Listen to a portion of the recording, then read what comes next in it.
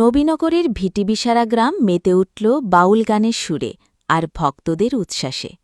জনপ্রিয় বাউল শিল্পী জহির পাগলা এবং ইয়ামিন সরকারের মনোমুগ্ধকর পরিবেশনায় মুগ্ধ হলেন উপস্থিত হাজারো ভক্ত অনুরাগী।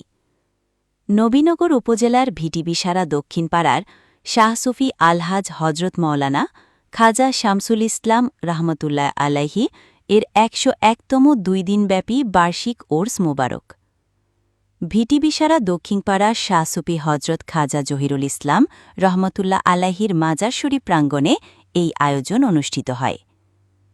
পীরজাদা মোহাম্মদ বাহাউল ইসলাম বেলালের সভাপতিত্বে এবং পীরজাদা জারারুল ইসলাম দুলাল এবং পীরজাদা ইমরানুল ইসলাম ইমরানের সার্বিক তত্ত্বাবধানে এই ওরস মুবারক পালিত হয়। এ সময় সম্মানিত অতিথি হিসেবে উপস্থিত ছিলেন নবীনগর উপজেলা বিএনপির কার্যনির্বাহী সদস্য এবং রতনপুর ইউনিয়ন বিএনপির সাধারণ সম্পাদক মোহাম্মদ মামুন সরকার, নবীনগর উপজেলা যুবদলের সাবেক সদস্য সাইফুল ইসলাম শ্যামল এবং ভিটিবিসারার জায়েদ আলী যাদব ব্যাপারী।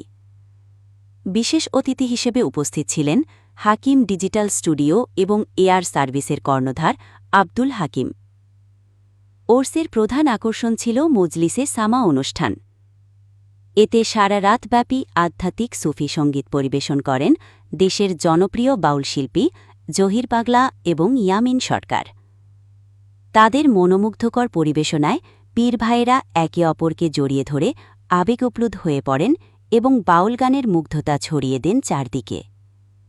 গত ১৭ই জুলাই বৃহস্পতিবার বাদ এশা মজলিসে সামা মাহফিল এবং আখিরি কুল ও তাবারক বিতরণের মধ্য দিয়ে এই ঐতিহাসিক ২ দিনব্যাপী বার্ষিক পবিত্র ওরস মোবারকের সমাপ্তি ঘটে।